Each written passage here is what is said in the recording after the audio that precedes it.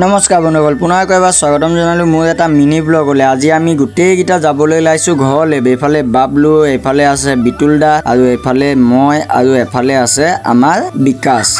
আৰু আমি খোৱা কঁঠালৰ গুটিখিনি লৈ ল'লোঁ ঘৰলৈ। আৰু এইফালে আমি সকলোৱে ভাত পানী খাই ওলাই আহিলোঁ 10:30 মানত। গাড়ী পাওঁনে নাপাওঁ আৰু ভগৱানেহে জানে দেই বন্ধুসকল। তথাপিতো ওলাই আহিছোঁ আৰু অলপ দূৰ খোজকাঢ়িব লগা হৈছে, মানে কেলৈ আমি তেল ডিপু এটা আছে আগত 4 মাইলত, তাত গৈ কিনে আমি অলপ পইচা ওলাব লাগিব। মানে চবৰে অনলাইন আছে কিন্তু কেছ এটকাও নাই।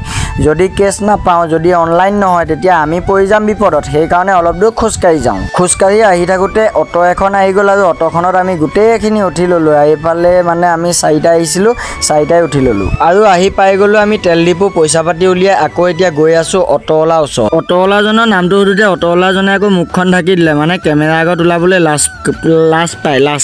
অটোৰ পৰা নামি আমি পাই গ'লোঁ ডিমাপুৰ ষ্টেচন। আৰু ডিমাপুৰ ষ্টেচনত আহি পাই গ'ল ট্ৰেইনখন। আৰু ট্ৰেইনখন মিনিমাম আধা ঘণ্টামান ৰখাৰ পাছত মানে যাত্ৰা কৰিলে আমাৰ বৰুৱা বামুণ গাঁৱৰ ফালে। ৰাতিপুৱা 5টা আমি পাই গ'লোহি বৰুৱা বামুণ গাঁও। আৰু এতিয়া আমি গৈ আছোঁ ঘৰলৈ। চিধা গৈ ঘৰতহে লগ পাম, কাৰণ কেলৈ বহুত ভাগৰ লাগিছে আৰু ভিডিঅ'টো নহ'লে বহুত দীঘল হৈ যাব। আহি পালোঁ ঘৰ, আৰু এইফালে বহি আছে আমাৰ মহাৰাণী পেৰা খাই।